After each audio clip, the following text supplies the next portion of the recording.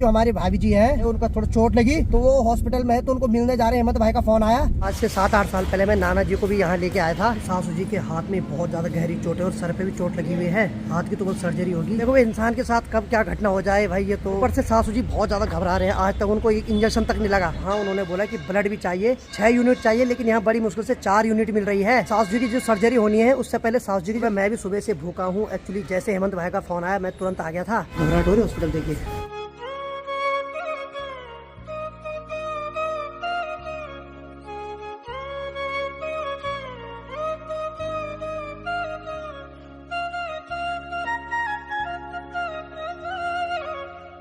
नमस्कार दोस्तों, स्वागत है आपका आज के मेरे इस नए ब्लॉग में। अब देखो दोस्तों, जब मैं परसों घर से आया तो मेरे को हुआ भयंकर बुखार। उसके बाद 2 दिन तक मैं बिस्तर में लेटा रहा। रुपेश भुल्ला ने बहुत सेवा की भाई, इसी वजह से मैं पुरानी ब्लॉग डाल रहा था। आज ये है लेटेस्ट ब्लॉग। आज 1 फरवरी है। बाकी अभी मैं जा रहा हूँ पुष्पा को लेने, क्योंकि हमारे किसी रिश्तेदार की तबीयत खराब है तो हम हॉस्पिटल जा रहे हैं थोड़ा। बाकी 2 दिन तक बुखार इतना गंदा है कि मेरी बस की ब्लॉग बनाने की नहीं हुई, तो इस वजह से मैं पुराने ब्लॉग डाल रहा था। तो माफी चाहता हूँ भाई। अभी मैं पुष्पा को लेने जा रहा हूँ, पुष्पा मेरे इंतजार कर रही है। चलो फटाफट पहले पुष्पा से मिलते हैं भाई। पुष्पा भी भाई 3-4 दिन पहले आ गए थे देहरादून। बाकी उसका काम भी हो गया है। बाकी उसी को पूछेंगे कि क्या खुशखबरी है भाई, मिली कि नहीं मिली। बाकी चलो चलते हैं फटाफट। और देहरादून के मौसम की बात करें तो मौसम ठीक ठाक है। सुबह तो पैक हो रखा था पूरा, लेकिन अभी थोड़ा बहुत धूप आ गई है।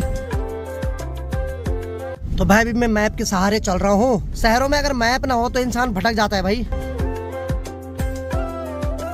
तो भाई मैप मुझे यही दिखा रहा है कि इधर ही है वो कहीं। कहाँ है पुष्पा? हाँ, ये हो रही खड़ी। चलो भाई फाइनली पुष्पा के दर्शन भी हो गए। दीदी प्रणाम। कहाँ भाई?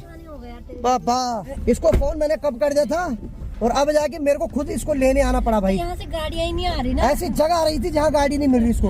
यहाँ से गाड़ी नहीं आ रही। और वो भी क्या बोलते हैं उसको, कोई ऐसे भी नहीं जा रहा सिंगल की चलो लिफ्ट ले ले। लगी हुई थी मैं बस लिफ्ट मांग रही हूँ राम। कोई तेरे को देख के दया आ रही रे है क्या है यार? तेरे को कोई लिफ्ट भी नहीं दे रहा, हद है हर कसम से। है यार जिंदगी ऐसी होगी नहीं। चलो कोई बात नहीं, अब चलते हैं। एक्चुअली मैं और पुष्पा जा रहे हैं, हमारे कोई रिलेटिव है, उनकी तबीयत खराब है तो हम हॉस्पिटल पे जा रहे हैं। क्यों?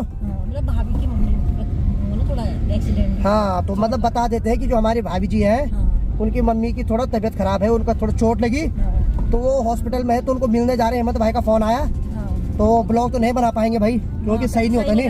हाँ, अब हर कोई कंफर्ट नहीं मानता ना। हाँ, सही बात है भाई। वैसे भी परेशानी वैसी है, फिर हम अब ब्लॉग बनाएंगे, वो क्या बोलेंगे कि ये देखो यार। हाँ सही बात है ना, बिल्कुल। मैं खुद बीमार होता मैं बना लेता खुद का, लेकिन वहाँ ठीक नहीं होता, इसलिए हम फटाफट चल रहे हैं पहले। और जो भी हमसे हो पाएगा हम करेंगे, जो भी हमारे लायक सेवा होगी। क्यों? क्योंकि रिश्ते नाते में यही देखा जाता है भाई। देखा जाता है, सही बात है, अपने ही काम आते हैं। बिल्कुल बिल्कुल बिल्कुल। जब है यहाँ पे ना। कब उनकी तबीयत खराब? अरे वो अचानक से गिर गए थे परसों। हाँ रात को। अच्छा। और फिर आए वो, मतलब कल दोपहर के लिए वो यहाँ आ गए। कल दिन में यहाँ आ गए थे, हॉस्पिटल में हो एडमिट नहीं? एडमिट। हाँ। अब तक तो नहीं किया मेरे को फोन। हाँ, वहाँ बुला रहे भैया। हाँ, मेरे को हिम्मत भाई का फोन आया सुबह ना। मैंने क्या हो गया कि वहाँ चले जाओ, थोड़ा सासू की तबीयत ऐसे से वो बल गिर गए थे। मैंने कहा बिल्कुल मैं जाता हूँ, भले मुझे भी बुखार आ रहा था 2 दिन से, मैं भी पड़ा हूँ बेड पे और पुराने ब्लॉग एडिट करके डाल रहा था मैं। सही बात, मैंने देखा। लेकिन चलो अब तो जाने पड़ेगा। आज थोड़ा ठीक हूँ। रुपेश ने खूब सेवा की भाई। हाँ ठीक है, रुपेश ठीक है। अब तू बता, और सब ठीक है? है खुशखबरी मतलब अभी बताएगी कि अभी टाइम लगेगा? टाइम लगेगा ना, एकदम रिवील नहीं होगी खुशखबरी, लेकिन मतलब सबको पता चली गया, बट फिर भी हाँ बाद में ही बताऊंगी। बाद में बताना, ये बात सही है, क्योंकि अभी जब तक काम पूरा नहीं हुआ। काम पूरा नहीं हो जाता, क्योंकि मुझे डर लगती है रुक जाता है जब कई साल, कितने साल हो गए भाई साहब? है 1 दशक हो गया। 1 दशक हो गया भाई, तब से काम अटका पड़ा है। लेकिन इस बार उम्मीद पूरी है। बस जल्दी बताएंगे, टेंशन ना लो आप।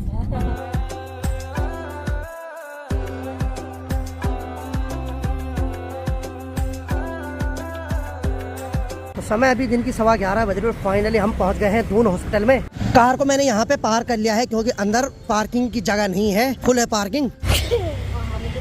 बस भाई ये छींकने लगे यहाँ, लोग इसको देख के डर जाएंगे। अगर कोविड का समय होता तो इससे दूर रहते अभी सब। एक चीज़ थी, नहीं आई। अब आज नहीं, फिर से खुल गया वो एलर्जी वाला। चल नहीं, वो खुशबू और फिर एलर्जी। सही बात है भाई। चलो चलते हैं, उनसे मिलते हैं अब देखो भाई, आज से 7-8 साल पहले मैं नाना जी को भी यहाँ लेके आया था, तो यहाँ आते मुझे वो दिन भी याद आ गए।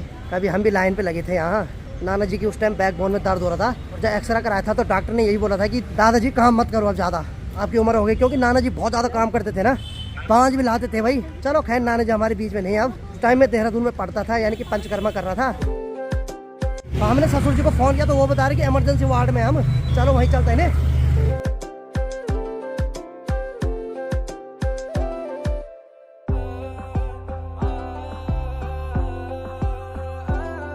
तो भाई सासू जी के हाथ में बहुत ज़्यादा गहरी चोट है और सर पे भी चोट लगी हुई है, हाथ की तो बस सर्जरी होगी। तो अभी सासू जी का MRI हो रहा, तो उनको MRI वार्ड में ले जाया गया। तो चलो भाई सासू जी का MRI तो हो गया, और बाकी यहाँ से अब दूसरे हॉस्पिटल में ले जाना है, यानी कि जहाँ उनका इलाज चल रहा है वो रिस्पना पुल के आसपास कोई हॉस्पिटल है पेनेसिया, तो वहाँ उनका ट्रीटमेंट चल रहा है। तो यहाँ हम दून हॉस्पिटल में आए थे MRI कराने, हेमंत भाई ने किसी दोस्त से बात कर ली थी, तब जाके हो गया भाई। और मैं कार लेके आ रहा हूँ, तो मेरी कार पे जाएंगे, अब उनको छोड़ देता हूँ वहाँ पेनेसिया हॉस्पिटल पे।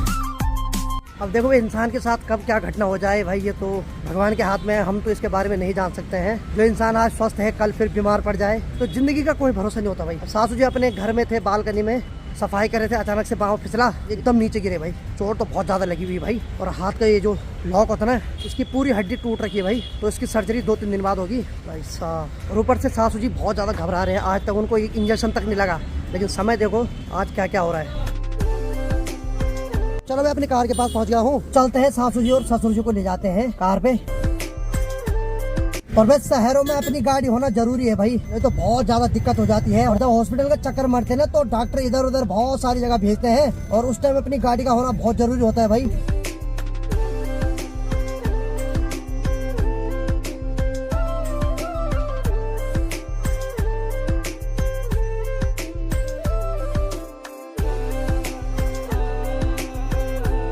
चलो भाई हम पेनेसिया हॉस्पिटल में पहुंच गए हैं। अब देखो भाई ठीक सामने पे है यहाँ पर रिस्पना पुल, और बाकी ये है पेनेसिया हॉस्पिटल। कार को मैंने वहाँ पे पार कर लिया है। घबराहट हो रही हॉस्पिटल देखिए। यार हॉस्पिटल किसको अच्छा लगता है, सही बात है, हॉस्पिटल आने का तो हम कहते भगवान दूर ही रखे। सही बात, हॉस्पिटल अच्छी जगह नहीं है, डर तो लगता है भाई, तो हर किसी को देख के ही लग रहा है, घबराहट हो रही है जैसे ये बात हम तो- सोचते हैं कि हम परेशान हैं, लेकिन हमसे ज़्यादा और भी हैं सही बात। परेशान है। क्या ज्ञान है रे, मान के तुझे। समय अभी 3:15 बज रही है। अभी हम आ रखे हैं यहाँ फिर से दून हॉस्पिटल में, यहाँ हम आ रखे हैं ब्लड बैंक में, क्योंकि जिस हॉस्पिटल में सासू जी को भर्ती कर रखा है वहाँ उन्होंने बोला कि ब्लड भी चाहिए, 6 यूनिट चाहिए, लेकिन यहाँ बड़ी मुश्किल से 4 यूनिट मिल रही है, क्योंकि सासू जी की जो सर्जरी होनी है, उससे पहले जो सासू जी की प्लेटलेट्स है वो बहुत ज़्यादा कम है भाई, यानी कि 65,000 है, जबकि 1 लाख के लगभग होनी चाहिए, तब जाके सर्जरी होगी। इसीलिए हम यहाँ ब्लड के लिए आए हैं। और सुबह तक तो मौसम साफ था, लेकिन अभी पूरा आसमान बादलों से घिर गया है, थोड़ी थोड़ी बारिश भी होने लग गई है। ठीक यहाँ पर कार देखो भाई, कार पूरी गीली हो गई बारिश से। देखो भाई मैं भी सुबह से भूखा हूँ। एक्चुअली जैसे हेमंत भाई का फोन आया मैं तुरंत आ गया था, मुझे नहीं था पता कि इतना ज़्यादा टाइम लगेगा, बहुत भागा दौड़ी करनी पड़ रही है भाई। यहाँ मैं और सासू जी के बालक, यानी कि जो हमारे रिश्ते में जिजाजी लगते हैं, यानी कि जो भाभी है उनके बड़े भाई के साथ आ रखा हूँ मैं यहाँ, और पुष्पा वहीं सासू लोगों के साथ है पेनेसिया हॉस्पिटल में। तो हम यहाँ से ब्लड लेके जा रहे हैं। चलो भाई ब्लड भी हमने यहाँ से ले लिया, और बाकी हम निकल पड़े यहाँ से अब दूसरे हॉस्पिटल के लिए। तो कार को तो मैंने उसी हॉस्पिटल में पार कर रखा है, और अभी हमने स्कूटी ला रखी है, क्योंकि हर जगह 4 व्हीलर काम नहीं आएगा, कहीं कहीं 2 व्हीलर की जरूरत भी पड़ रही है भाई, क्योंकि बहुत सारी इधर उधर राउंड मारने पड़ रहे हैं।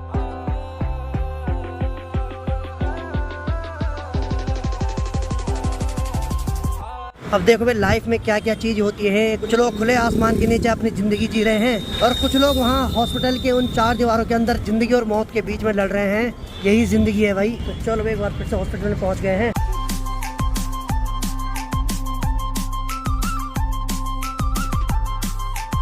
तो चलो भाई सभी से मुलाकात करने के बाद अब हम अपने रूम पे जा रहे हैं। चलो भाई 4-5 घंटे बिताने के बाद अब हम निकल पड़ रहे हैं यहाँ से अपने रूम के लिए। पहले मैं पुष्पा को छोड़ूंगा अनु दीदी के घर तक, क्योंकि ये उन्हीं के साथ रह रही है। उसके बाद मैं रुपेश के रूम पे चले जाऊंगा। इसने अनु दीदी के यहाँ इसलिए रहना क्योंकि इनका जो काम है वो अभी उस प्रोसेस में ये और काम कर रहे हैं अभी आगे, इसलिए ये नहीं आ पा रही है। चल भाई इसको छोड़ देता हूँ पहले अनु दीदी के घर। आजा बैठ जा। आज तो लगभग पूरा ही दिन कट गया है। अब सासू जी की तबीयत थोड़ा ज्यादा सीरियस है ना, चोट बहुत ज्यादा लगी हुई है उनको, मतलब हमने उतना सोचा नहीं कि इतनी चोट होगी लगी हुई, बेचारे इतना पेन सहन कर रहे हैं। और सर्जरी भी होगी अभी, उसके लिए पहले ब्लड चाहिए 6-7 यूनिट। और ब्लड मिलना भी आसान नहीं भाई, ब्लड मिल ही नहीं रहा कहीं। सही में ऊपर से कंडीशन भी ऐसी हो रही है ना कि उनके जो अपने रिलेशन बोलो रिश्ता जो खून का होता है, हाँ उनका ब्लड नहीं चढ़ेगा, उनका ब्लड नहीं चढ़ेगा। मतलब रिलेशन वाले का ब्लड किसी का नहीं चढ़ेगा भाई, हाँ। उनको बाहर से ब्लड लेना पड़ेगा। और उसी का लेना पड़ेगा जो ब्लड ग्रुप उनका है। हाँ बहुत दिक्कत हो रही है। उनका है ए पॉजिटिव, उनका है AB पॉजिटिव, उनका है AB पॉजिटिव ब्लड ग्रुप, तो दिक्कत हो रही है। वैसे उनकी फैमिली में हस्बैंड का मतलब हाँ ससुर जी का भी सेम वैसी है, बेटे का भी है, हाँ लेकिन उनका नहीं लगेगा, उनका नहीं लगेगा। उनको बाहर से किसी और से लेना पड़ेगा। और अभी डोनर कोई मिल ही नहीं रहा भाई साहब। इंसान भी पूरा मशीन की तरह है भाई कि पेट्रोल चाहिए, और पेट्रोल भी चाहिए वही ब्रांडेड। अब ऐसा नहीं कि डीजल वाली गाड़ी में तुम पेट्रोल डालो, ये हाँ। नहीं चलता, वही अब ये कि डीजल पे डीजल ही भरना पड़ेगा। पेट्रोल पे पेट्रोल। हाँ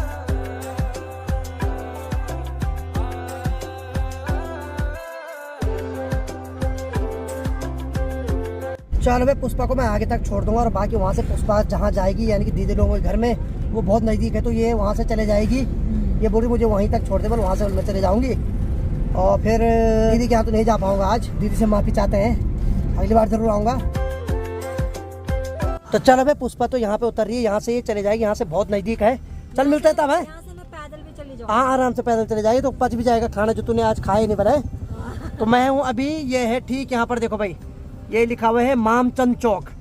अच्छा चल ठीक है तब है। हमें ध्यान नहीं आ रहा था। हाँ आइटम ध्यान नहीं आ रहा था, सही बात है। बाकी चलो मुझे अब छोटे भाई के रूम पे जाना है यहाँ से। मिलते हैं फिर। ठीक है ठीक है बाय बाय। चलो भाई पुष्पा भी चले गई है दीदी लोगों के घर में, बाकी मैं निकलता हूँ छोटे भाई के रूम पे। छोटे भाई का तो अभी पेपर है, तो वो आएगा बस 6 बजे के बाद रूम पे। अब देखो भाई एकदम फिर से मौसम ने करवट ले ली है और देहरादून में बारिश होने लग गई भाई, जबकि आसमान पूरा बादलों से पैक नहीं है, कहीं कहीं नीला आसमान है, लेकिन भाई फिर भी बारिश हो रही है। अब देखो भाई कहीं कहीं तो धूप आ रखी है, कहीं कहीं नीला आसमान है, कहीं कहीं बारिश हो रही है। देहरादून में ऐसा होता है भाई, मैंने कई बार सुना है यहाँ के बारे में कि कहीं धूप होगी तो कहीं बारिश हो रही होगी, कहीं छाँव हो रहा होगा, और सही में ऐसी देखने को मिल रहा है। ठीक राइट हैंड साइड वहाँ सूर्य देव दिखाई दे रहे हैं, आगे यहाँ देखो बारिश हो रही है, ऊपर नीला आसमान भी दिखाई दे रहा है, बादल भी दिखाई दे रहे हैं।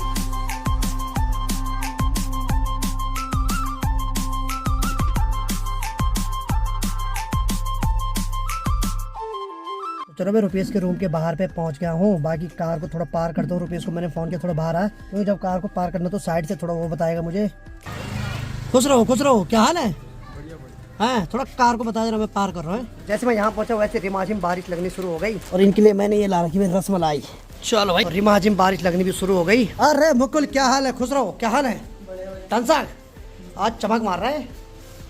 चलो बढ़िया, विद्यार्थी चमक मार रहे हैं भाई। तो चलो एक बार फिर से रूम पे आ गए, और बाकी इनके लिए लाई मैंने रसमलाई।